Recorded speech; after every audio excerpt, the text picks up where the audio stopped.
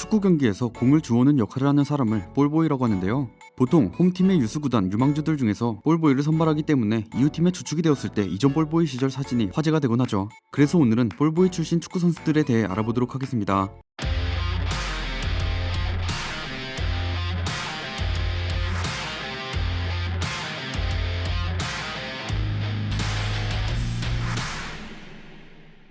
가장 먼저 알아볼 선수는 세계 최고의 명장 중 한 명으로 손꼽히는 감독 펩 가르디올라입니다. 현 시대 최고의 감독 중 한 명으로 불리는 펩 가르디올라는 바르셀로나에서 대부분의 선수 생활을 보낸 바르셀로나의 레전드인데요. 바르셀로나 유스팀부터 축구를 시작했던 펩은 어린 시절 바르셀로나의 홈구장 캄프누에서 볼보이 생활을 했습니다. 특히 그는 1986년에 있던 유럽형컵 준결승전에서 볼보이를 했었는데요. 승부차기까지 가는 접전으로 인해 지칠 대로 지쳐있던 당시 팀의 주장이던 빅토르 무뇨스에게 달려가 유니폼과 주장 완장을 달라고 했다고 합니다. 결국 펩은 그렇게 원하던 주장 완장을 차고 바르셀로나에서 활약했죠. 당시 크루이프 감독에 의해 수비형 미드필더로 포지션을 바꾼 펩은 스토이치코프, 라우드롭 등 최고의 스타들과 활약을 보여주었는데요. 그들의 활약으로 바르셀로나는 91-92 시즌 라리가와 유럽형컵에서 우승을 차지할 수 있었죠. 이후에도 이들의 활약은 멈추지 않았고 바르셀로나는 90-91 시즌부터 93-94 시즌까지 라리가 4연패를 달성하는 등 압도적인 모습을 보입니다. 96-97 시즌에는 코파델레이, 유에파컵 위너스컵에서 우승을 했지만 이후 펩은 심각한 발목 부상으로 고전하는데요. 결국 경기에 나서는 시간이 줄어들자 이적을 결심했고 이후 브레시아, 에이스 로마, 카타르의 알아알리 그리고 멕시코에서 뛴 이후 은퇴합니다. 은퇴 이후에는 바르셀로나의 감독을 맡아 바르셀로나의 역사적인 6관왕을 차지하는 등 명장이 되었죠. 다음으로 알아볼 선수는 수비수라는 포지션에서 발롱도르까지 수상한 파비오 칸나바로입니다. 이탈리아의 전설적인 수비수 파비오 칸나바로 역시 볼보이 생활을 했었는데요. 나폴리에서 태어난 칸나바로는 당시 나폴리에서 뛰던 디에고 마라도나를 경기장에서 보며 축구 선수의 꿈을 키웠다고 하죠. 그렇게 나폴리의 유스팀에 입단해 데뷔까지 하게 됩니다. 하지만 칸나바로는 나폴리의 재정난으로 인해 어쩔 수 없이 파르마로 이적하게 되는데요. 릴리앙 티랑과 함께 호흡을 맞추며 세계 정상급 수비수로 성장했고 팀의 유에파컵 우승과 코파 이탈리아에서 우승을 차지합니다. 그렇게 파르마는 98-99 시즌 더블을 달성했죠. 이후 그는 인테르로 이적했지만 부상으로 많은 경기에 결장하며 부진했고 이에 유벤투스로 이적하는데요. 유벤투스에 입단한 칸나바로는 재기에 성공하며 커리어에서 절정을 맞이합니다. 칸나바로는 리그 2연패를 이끌었고 세리에A 올해의 수비수, 올해의 이탈리아 선수, 게다가 올해의 선수를 싹쓸이하는 엄청난 모습을 보여주었죠. 하지만 이탈리아의 승부조작 사건, 칼치오폴리 사건으로 인해 유벤투스는 세리에 B로 강등되었고 칸나바로는 팀을 떠났는데요. 이 시즌이 끝이 나고 참가한 2006 독일 월드컵에서 엄청난 활약을 보여줍니다. 이탈리아 대표팀에서 칸나바로와 마테라치는 뛰어난 수비를 펼치며 월드컵 무대에서 단 2개의 실점만을 기록하는 모습을 보여주죠. 그렇게 칸나바로는 월드컵 우승과 함께 실버볼을 수상했고 월드컵 올스타팀에 선정되었습니다. 칸나바로는 2006년 월드컵에서의 활약과 유벤투스에서의 활약에 힘입어 2006년 발롱도르와 피파 올해의 선수상을 수상하는데요. 프란츠 베켄바우어, 마티아스 잠머에 이어 세 번째로 발롱도르를 수상한 수비수가 되었습니다.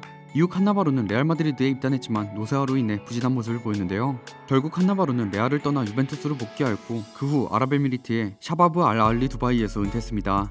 다음으로 알아볼 선수는 독일 역대 최고의 풀백 필립 람입니다. 11세에 바이에른 뮌헨 유소년팀에 입단한 람은 이후 유소년팀에서 활약하며 볼보이로도 바이에른 뮌헨 경기를 함께했는데요. 람은 최고의 선수들을 가까이에서 볼 수 있는 볼보이가 너무 좋았다 라고 말하기도 했습니다. 이런 람은 유스 시절부터 바이에른 뮌헨에서 뛰며 2시즌 슈투트가르트 임대 시절을 제외하곤 모두 바이에른 뮌헨에서만 뛴 뮌헨의 원클럽맨이죠. 슈투트가르트 임대 이후 뮌헨에 복귀한 람은 주전 라이트백 자리를 차지하고 팀의 수많은 우승을 함께합니다. 특히 12-13 시즌 메이저 트로피 3관왕을 달성하며 트래블을 차지하는데요.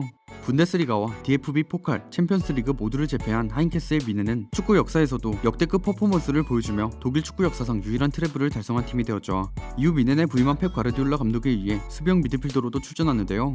그는 타고난 전술 이해도를 바탕으로 수비형 미드필더에서 마저 월드클래스급의 활약을 보여주었습니다. 이후 람은 16-17 시즌을 마지막으로 현역 은퇴했죠. 다음으로 알아볼 선수는 리버풀의 미래 트렌트 알렉산더 아놀드입니다. 리버풀에서 태어난 아놀드는 2004년에 리버풀 유스팀에 입단하며 처음 축구를 시작했는데요. 리버풀 마스코트 키즈 역할을 수행하며 당시 리버풀 주장이었던 제이미 캐러거와 안필드를 처음 밟았고 13-14 시즌 제라드의 뼈아픈 실수를 볼보이로서 눈앞에서 지켜보았습니다. 이후 미드필더에서 풀백으로 포지션을 변경한 아놀드는 1군에 데뷔해 수준급의 선수로 성장했죠.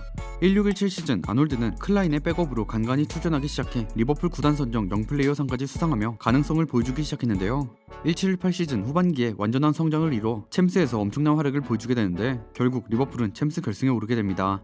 이후 1819 시즌 아놀드는 전 시즌보다 더욱 성장한 모습을 보여주며 리버풀은 리그 준우승과 전년도 이루지 못했던 챔스 우승을 달성했죠. 특히 챔스 4강 2차전 안필드의 기적이라고도 불리는 경기에서 지능적인 코너킥으로 엄청난 골을 어시스트하는 모습도 보여주었는데요. 이후 결승에서 당시 그의 나이 21세로 같은 나이에 토트넘을 꺾고 우승을 차지했습니다. 이 시즌에 아놀드는 40경기에 출전해 한 골 16도움이라는 풀백이 기록하기 힘든 스탯을 찍게 되죠. 이후 1920 시즌 그는 리그에서만 12개의 도움을 기록하며 리버풀 공격의 핵심 선수로 활약을 보여줬습니다.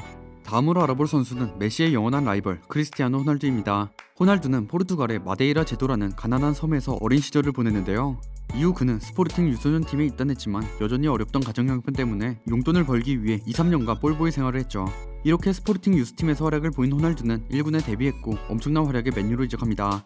맨유로 이적한 호날두는 첫 시즌부터 FA컵 우승 트로피를 들어올렸고 이후 3번의 리그 우승을 차지했는데요. 특히 07-08 시즌에는 무려 42득점을 기록하며 2패회가 챔스에서 모두 우승을 차지함과 동시에 득점왕에 올랐습니다. 이러한 활약에 호날두는 2008년 발롱도르와 피파 올해의 선수상을 차지하며 세계 최고의 선수가 되었죠. 그렇게 프리미어리그를 정복하는 활약을 선보인 호날두는 맨유를 떠나 레알 마드리드로 이적하는데요. 호날두는 레알 마드리드에서 역사에 남을 활약을 선보입니다. 레알 역대 득점 순위 1위에 올랐고 도움 순위는 역대 2위에 올랐죠. 또한 챔피언스 리그에서도 눈부신 활약을 보여주며 챔피언스 리그 역대 최다 득점자의 이름을 올렸는데요. 호날두가 특히 활약을 선보인 챔스에서의 활약으로 레알은 5년간 챔스 4회 우승 및 최초의 3연패를 달성했습니다. 호날두도 이러한 활약으로 이 시기에만 발롱도르를 4회 수상했죠. 이후 유벤투스로 이적해 아직까지 세계 최고의 선수 중 한 명으로 활약하고 있습니다. 다음으로 알아볼 선수는 어린 나이에 정상급 기량을 선보이고 있는 센터백 마테이스 데리흐트입니다. 데리흐트는 아약스의 유스팀에 입단하며 볼보이 생활도 함께 했었는데요. 그는 당시 아약스에서 활약하던 수아레즈와 함께 찍은 사진이 공개되며 화제가 되기도 했습니다. 아약스의 유스팀에서부터 큰 활약을 보여준 데리흐트는 16살의 나이에 아약스 2군에서 프로 데뷔했고 프로 데뷔 한 달 만에 1군에 콜업되었죠. 그렇게 아약스에서 주전 자리를 차지한 데리흐트는 18-19 시즌 챔스 돌풍의 주역으로 활약했는데요. 플레이오프부터 올라간 아약스는 조별리그마저 2위라는 성과를 거두며 16강에 진출했습니다. 이후 16강 레알 마드리드, 8강 유벤투스를 꺾고 준결승에 진출했죠. 데르히트는 특히 8강 유벤투스와의 경기에서 활약이 돋보였는데요. 유벤투스의 홈에서 헤딩골을 기록하며 팀의 4강 진출에 가장 큰 공을 세웠습니다. 이후 데리히트는 유벤투스로 이적했고 이적 초기에는 적응하지 못하는 모습을 보였지만 이내 적응하며 좋은 모습을 보이고 있죠. 다음으로 알아볼 선수는 맨시티의 미래 필포든입니다. 최근 필포든의 볼보이 시절 사진이 공개되며 큰 화제가 되었는데요. 2014년 11월 맨시티와 스완지시티와의 경기에서 볼보이를 맡았던 필포든이 찍힌 것이죠. 당시 찍힌 사진에는 14세였던 포든이 팔짱을 낀 채 매우 심각한 표정으로 경기를 지켜보는 모습이 담겨 있었습니다. 이렇게 맨시티 유스팀에서 볼보이 생활을 하던 포든은 이후 맨시티의 U18팀에서 리그 31경기 15골이라는 엄청난 활약을 선보였고 이러한 활약에 유스리그 올해의 영플레이어상과 올해의 선수상을 수상했죠. 이에 펩 가르디올라 감독의 눈에 띄어 1군 스쿼드에 포함되었는데요. 그는 18-19 시즌 큰 성장을 이뤄냅니다. 챔스 16강 2차전 샬케와의 경기에서 교체 투입돼 데뷔골을 기록하였죠. 이후 챔스 데뷔골로 잉글랜드 국적 선수 중 챔피언스리그 최연소 득점자 기록까지 달성했습니다.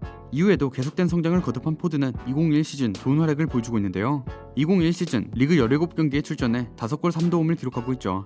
특히 최근 리버풀과의 원정 경기에서 1골 1도움을 기록하며 팀의 4대1 대승을 이끌었습니다. 지금까지 볼보이 출신 축구 선수들에 대해 알아보았습니다. 이 영상에서 소개하지 않은 볼보이 출신 축구 선수를 알고 계신 분들은 댓글 남겨주시기 바랍니다. 저는 지금까지 월간베스트였습니다. 감사합니다.